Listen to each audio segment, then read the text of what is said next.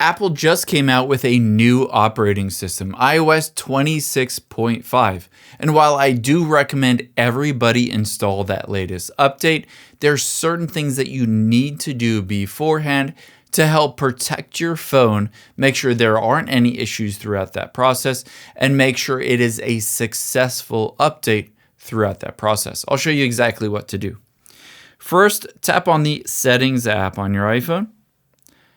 Tap on your name at the top.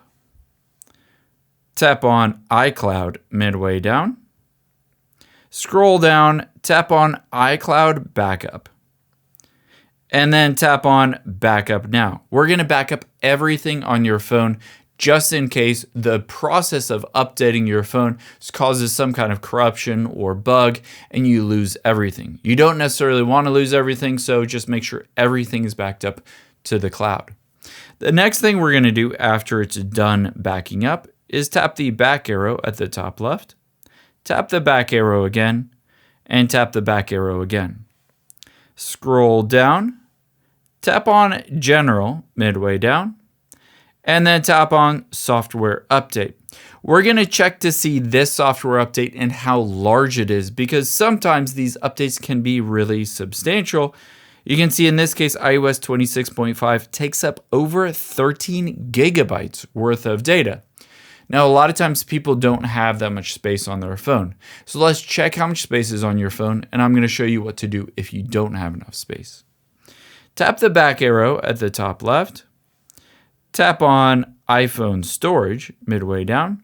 And again, check this number. You can see I've used 83 of 128. So I have enough space to be able to download that update, install, and then it will delete out that update and free up that space again.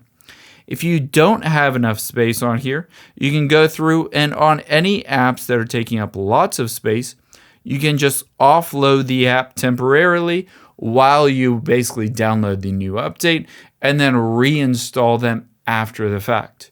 Or another option you have is to physically plug in your phone to a computer and then download that update to the computer. If you have a MacBook Pro or a Mac or any other computer, you can do that. However, if you don't have enough space and you don't want to do that, just go through and delete enough apps so that you're able to download that update to your iPhone.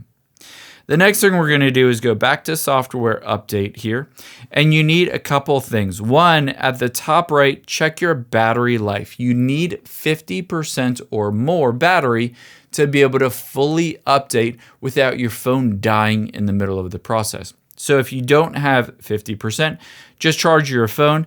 And I would also recommend swiping down and making sure Wi-Fi is turned on. You can press and hold on it and make sure that you're connected to a good Wi-Fi network. Again, because you'll need to download 13 gigabytes worth of data onto your iPhone before you're able to install. After all of those are good to go, just tap on Update Now, enter in the passcode for your phone, and then go through the process of updating it to get the latest iOS 26.5. I hope this helps. If you enjoyed this video, check out the video over to my right. I think you'll really like that one too. And thanks for watching.